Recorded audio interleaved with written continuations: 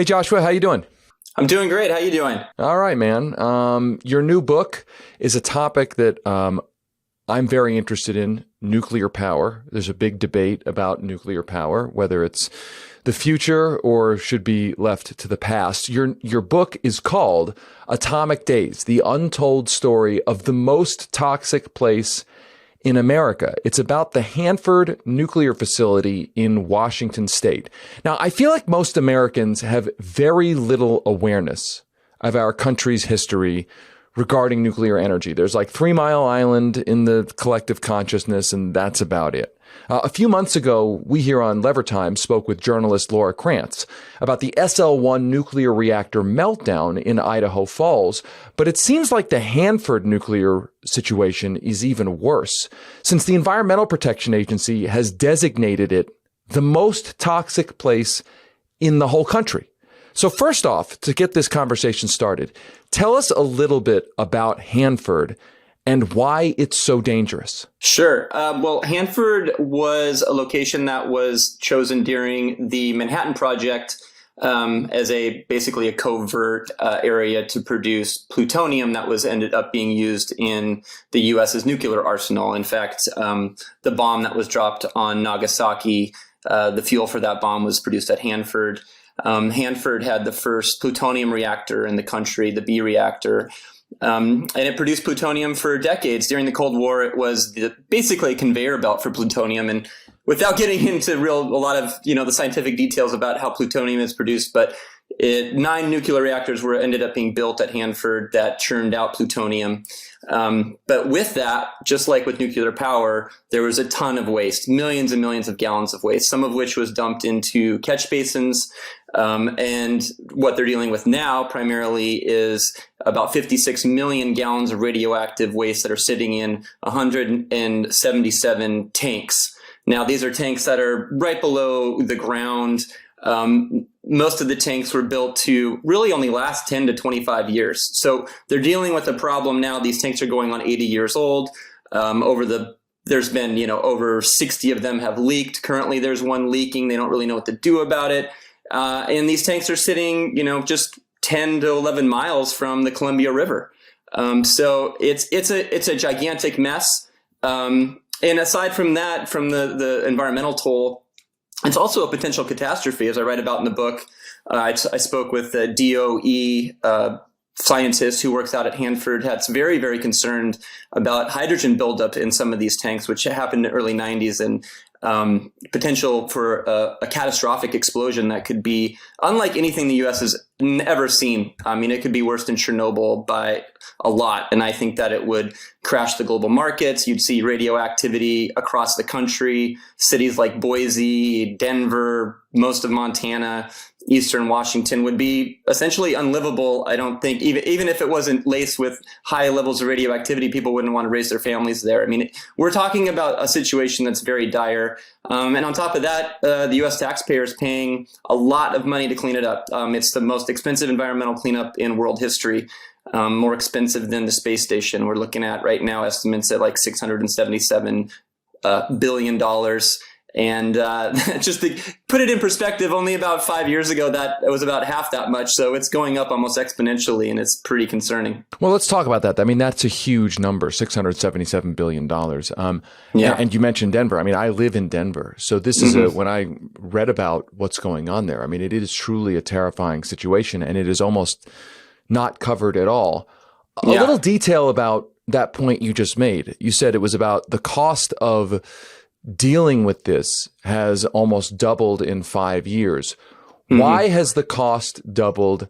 And is this a matter of we just need to cut a big enough check to clean it up? Or is it not able to be cleaned up at all? Well, I think from a perspective of wanting the site to be safe, there should be no amount of money that, there shouldn't be a cap on that. However, what's lacking is accountability, right? So you have huge profits going to contractors like Bechtel.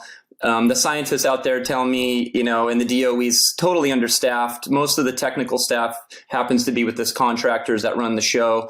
And as you know, Bechtel has a horrible track record across the board. So the money is going into these corporate coffers. And Bechtel really gets paid a lot of money to do a really awful job. And they have failed to meet all kinds of milestones.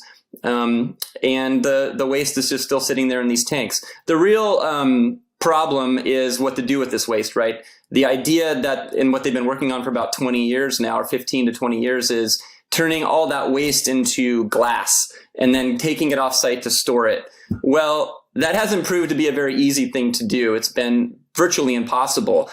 So during the Trump administration and now in the Biden administration, they're talking about let's reclassify this and not call it high level waste. Let's call it low level waste, so that we can essentially turn it into, kind of like bricks that we store. So all these millions and millions of dollars, in fact, billions of dollars that have been spent, could essentially be for nothing if they try to do this. And there's a lot of people that are very concerned about that, saying, well, this isn't a good answer for this problem either. So really what it comes down to is a lack of accountability, and the public's not really aware of this. I think the environmental community is not really aware of a lot of this outside of the Pacific Northwest. So we're looking at a situation that could, if it goes off the rails, could be really, really bad and could cost the environment, an insurmountable toll, as well as our pocketbooks. Has there been any kind of public outcry or community response to the Hanford site in the local area? I mean, again, this is not a well-covered story, to say the least, at the national level. But I wonder what the politics of it are at the local level. Well, there are some really good environmental groups that are watchdogging this. The Columbia Riverkeeper, there's a group up in Seattle, the Hanford Challenge, that really looks at the worker issues. And then in that region as well, I mean, we're talking, these are obviously on historic, sacred native lands.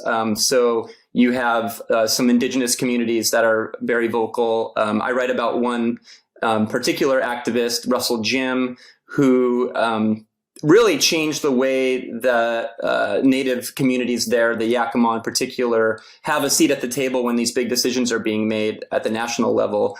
So there definitely are small groups and individuals that need our support, that exist and that are very concerned about this at a local level. But again, like you said, at the national level, there's really, there's no one's really talking about this at all. And it's unfortunate. And I hope, to kind of add to that conversation a little bit. I want to ask what you think the implications are, if any, for nuclear energy. I mean, this was a weapons site.